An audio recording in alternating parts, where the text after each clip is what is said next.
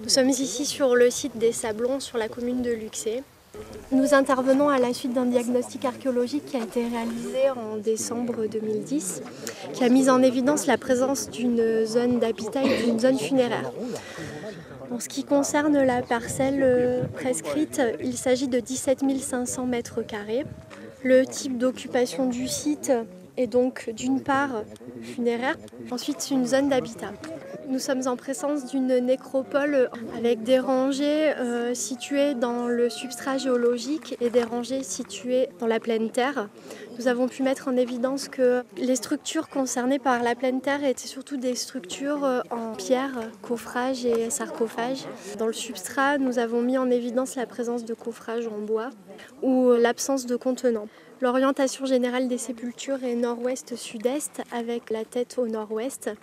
Une seule sépulture se distingue des autres. Nous avons un individu qui est présenté face contre terre, en partie à plat ventre, très contracté.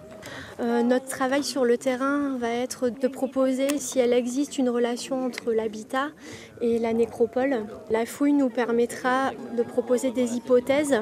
Nous avons énormément de trous de poteaux qui s'organisent de part et d'autre de la nécropole.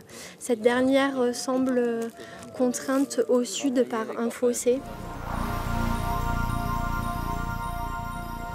Nous sommes en présence de divers objets métalliques issus de certaines structures du site des Sablons à Luxé. Nous avons ici 3 couteaux.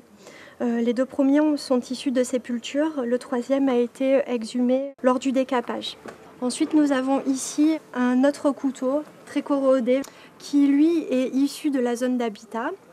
Nous avons à côté une plaque boucle en alliage cuivreux qui a été exhumée d'une sépulture d'enfant. Donc c'est un objet qui était porté. Ensuite, nous avons ici un objet qui était trouvé en position de dépôt. Ça correspond à une boucle de ceinture. Enfin, dans la 3e boîte, nous avons le matériel issu d'une unique sépulture. Donc nous avons une boucle de ceinture avec la plaque associée, un fragment de lame de couteau et un fragment de ce qui semble être un fermoir d'aumônière.